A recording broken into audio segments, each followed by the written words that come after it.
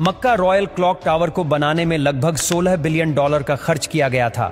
Saudi king Abdul अजीज royal clock tower पर दुनिया का सबसे बड़ा घड़ियाल लगाना चाहते थे, जिसके ऊपर लगा होगा एक बहुत बड़ा हीरा और सबसे टॉप पर एक गोल्ड प्लेटेड क्रिसेंट। पूरा स्ट्रक्चर बनकर कंप्लीट हो चुका था।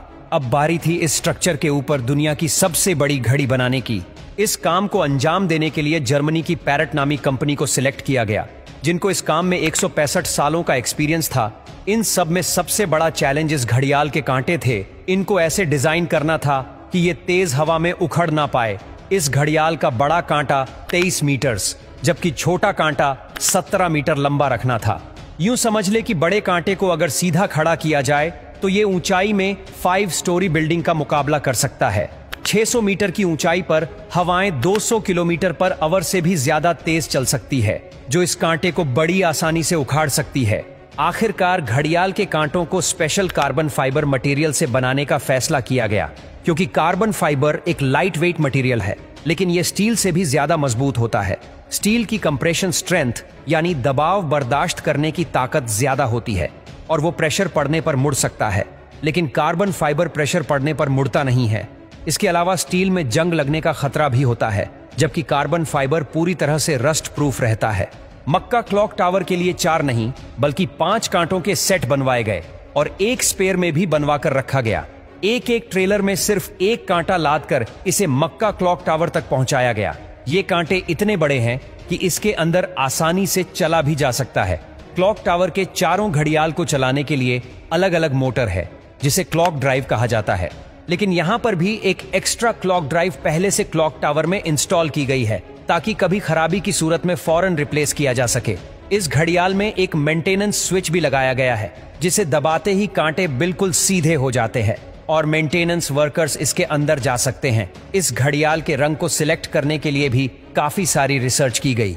रिसर्च करने के बाद ग्रीन कलर की LED लाइट सिलेक्ट की गई। ग्रीन कलर इसीलिए सिलेक्ट किया गया क्योंकि ग्रीन कलर में 8 किलोमीटर दूर से देखने पर भी टाइम सही से नजर आता था। इस क्लॉक टावर पर हैरत अंगेज तौर पर टोटल 20 लाख LED लाइट्स लगी है। हर एक LED एक दूसरे से 4 इंच के फासले पर लगी है। इन 20 लाख LED को भी स्पेशली मक्का के गर्म मौसम को नजर में रखते हुए बनाया गया, जिसमें 1 साल से भी ज्यादा का वक्त लगा। अब बारी थी मक्का क्लॉक टावर के सबसे मुश्किल लेकिन खूबसूरत पार्ट को बनाने की। बिल्डिंग के टॉप पर एक क्रिसेंट लगाना था। ये क्रिसेंट 75 फीट ऊंचा और इतना ही ज्यादा चौड़ा भी है। लाइट वेट रखने के लिए इसे फाइबर ग्लास और कार्बन फाइबर को मिक्स करके बनाया गया, पर फिर भी इसका टोटल वजन 35 टन के करीब है। क्रिसेंट और घड़ियाल के ऊपर हीरे को बनाने की जिम्मेदारी जर्मन कंपनी रीवा को दी गई। जानकारी के लिए बता दे कि इस घड़ियाल को दुबई में बनाया गया और फिर बाद में उसे मक्का ट्रांसपोर्ट किया। सबसे खास बात यह कि क्रिसेंट के कोने कोने पर सोने की लेयर छड़ी होगी, लेकिन अगर ये क्रिसेंट पूरा 1 पीस में बनाया गया तो फिर इसे टॉप तक पहुंचाना और फिर वहां इंस्टॉल करना मुश्किल नहीं बल्कि नामुमकिन होगा, क्योंकि भीड़ और जगह की तंगी की वजह से यहां सिर्फ टावर क्रेन्स काम कर सकती है, पर वो भी इतना ज्यादा वजन एक साथ नहीं उठा सकती। तभी इसे अलग अलग पार्ट्स में बनाने का फैसला किया गया। इस क्रिसेंट पर गोल्ड की लेयर चढ़ाने के लिए करीब 10 करोड़ मोज़ेक टाइल्स के पीसेस चिपकाए गए, जिन पर सोने की लेयर छड़ी हुई थी। हर एक मोज़ेक टाइल्स को बारीकी से बनाया गया और फिर इनको 2x2 सेंटीमीटर के ब्लॉक में काटा गया। ये पूरा क्रिसेंट भी दुबई में तैयार किया गया और फिर फाइनल टच देने के बाद इसे मक्का भेजा गया। क्लॉक का डेमो वर्जन भी पहले दुबई की एक लोकेशन पर इंस्टॉल किया गया, क्योंकि जर्मन कंपनी के कुछ इंजीनियर्स पहले इसे इंस्टॉल करके देखना चाहते थे कि कहीं कोई खामी तो नहीं रह गई। सारे मसले फिक्स करने के बाद ही इसे मक्का तक पहुंचाया गया। 600 मीटर की ऊंचाई पर क्रिसेंट की इंस्टॉलेशन भी एक बहुत बड़ा चैलेंज था, क्योंकि इतनी ज्यादा ऊंचाई पर टावर क्रेन्स इतना ज्यादा लोड नहीं उठा सकती। इस क्रिसेंट को 4 अलग अलग हिस्सों में ऊपर खींचा गया और एक हिस्से का वजन करीब 4 टन था।